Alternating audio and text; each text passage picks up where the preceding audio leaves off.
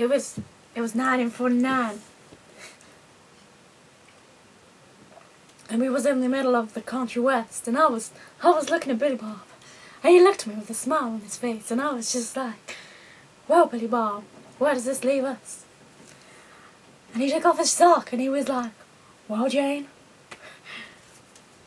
this is how it goes. So I looked at him, and I smiled. And he looked at me, and he smiled. And then we connected in that one true second, which is when I pulled out the gun, and I smashed it in his face. It had no bullets, of course. I wouldn't believe in that. But he did give me the look of shame, and I was like, I didn't mean to do that. But I looked to the light, and it took me away to the sky. And I'm not talking about heaven here. I'm talking about that light that picks you up, and it takes you all the way to the sky. Lands you on a cloud, and then you're there for about 54 hours. So I was enjoying the company there. And then this bear came up to me, and he was just like, I got this sock.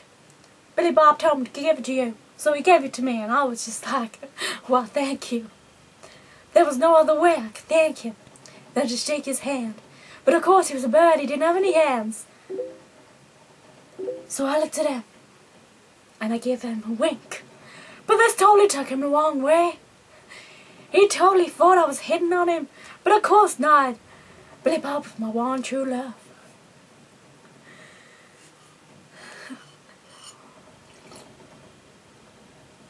So that's when I prayed to the heavens. I prayed and I prayed, but there was no turning back. All I had was my sugar in the sock. How else would I fall? And then I thought, if Billy Bob loved me, he'd be there to catch me. So I dropped, and there he was, standing in the middle of a field with his trampoline above his head. I landed on a trampoline and I squashed him. It was like a pancake, and the only way to keep a pancake was in a jar. I still have that jar today. I had to, of course, sell the jar for some monies, so instead I got this bottle, and he's still in there today. Cheers to you, Billy Bob. I love you.